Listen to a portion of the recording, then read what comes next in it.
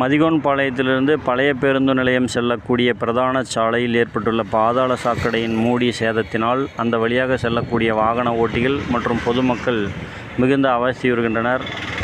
இந்த வழியாக செல்லக்கூடிய வாகனங்கள் எந்த ஒரு சேதத்திற்கான அறிவிப்பு பலகையும் இல்லாத காரணத்தால் அந்த வழியாக செல்லக்கூடிய வாகனங்கள் விபத்துக்கு நேரிடுவதற்கு வாய்ப்புகள் அதிகமாக உள்ளது.